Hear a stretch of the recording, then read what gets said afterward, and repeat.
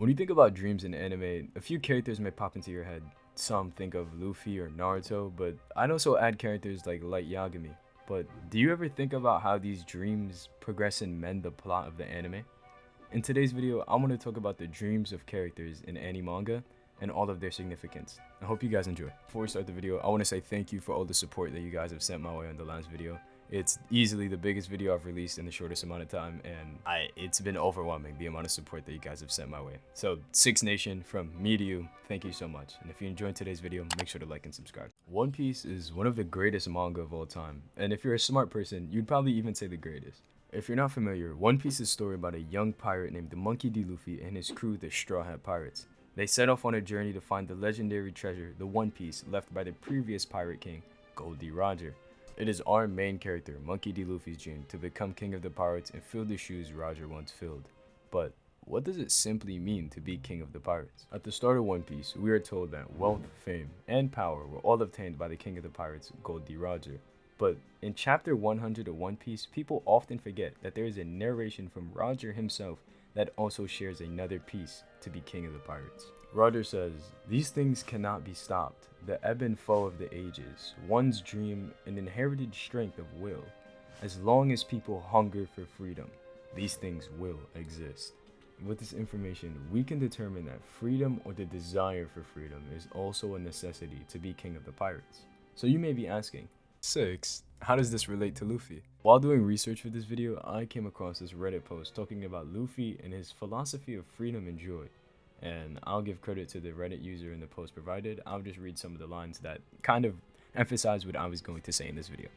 It says, "Luffy explores a philosophy which I call freedom through childlike joy. That freedom is, if I can go through life's darkest trials and obstacles and still laugh as you once did when you were a child, then you've achieved freedom.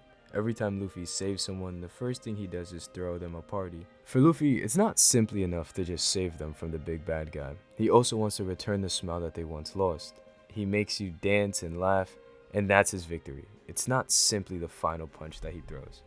I think this is an excellent way to encapsulate that freedom that Luffy represents. This also relates to Luffy's dream because his desire of freedom is shown everywhere throughout his character.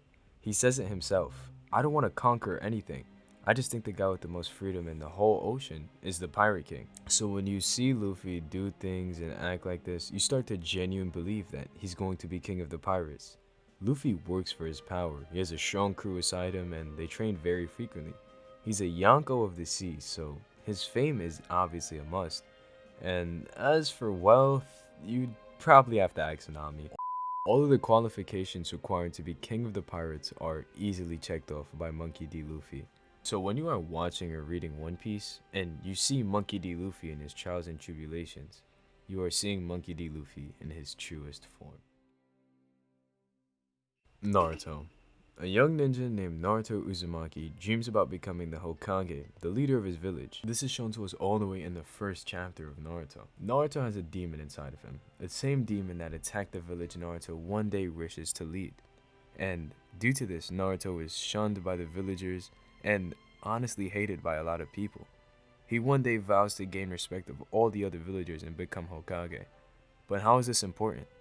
Naruto's dream is a driving force throughout his journey, showcasing themes of perseverance, resilience, and the pursuit of a positive goal despite significant challenges. Naruto's dream is also about peace. An interesting piece, no pun intended, of Naruto's character that often goes unnoticed is his peaceful nature. And yes, I'm talking about the most popularly hated Talk no Jutsu. Oftentimes, Naruto is faced with a massive threat. He fights them both physically and mentally, relating all of his issues to inspire evil to see the light. Naruto's dream is to become Hokage, but it's also shown through his desire of peace. Talk no Jutsu isn't simply just a device to save the plot of Naruto. It's used to show that a leader of a nation is strong not only because he can destroy his threats by force, but also in his words. Naruto is saving villains and healing corruption, and that's what becoming Hokage truly means.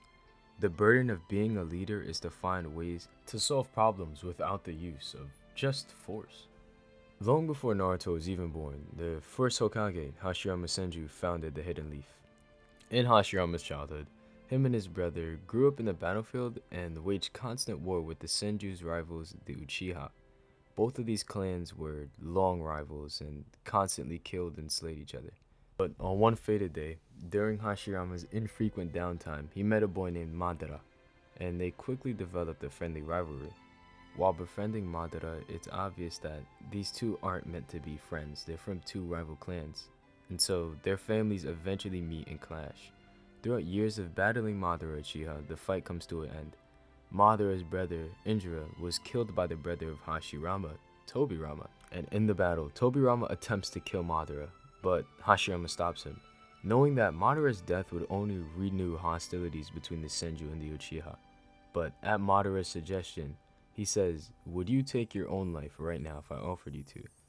Hashirama says he would, and Madara was so moved by his gesture that he was assented towards peace. The Senju and the Uchiha and all their affiliated clans came together to found the Village of Peace, but to understand what this village was built for and represents is necessary to become Hokage.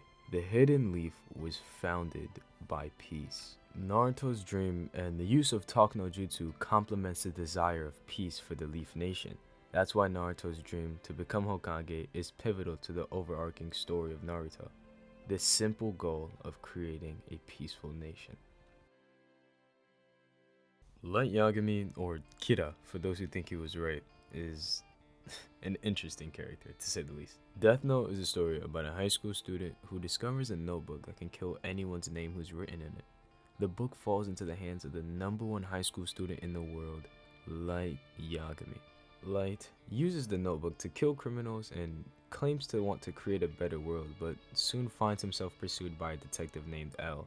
And the dream of Light isn't simply to cleanse the world. It's not as hidden as Luffy's freedom or Naruto's peace, but Light's real dream and end goal is to become a god, saving those who need to be saved. This is the justification behind the murders of Kira. Those who do bad should be punished, but is murder too far of a punishment? Maybe for a mere human, but for Light, it's nothing more than the actions of a god. Light wants to make a better world for humans and claims those who abide by his rules are going to stay in his utopia.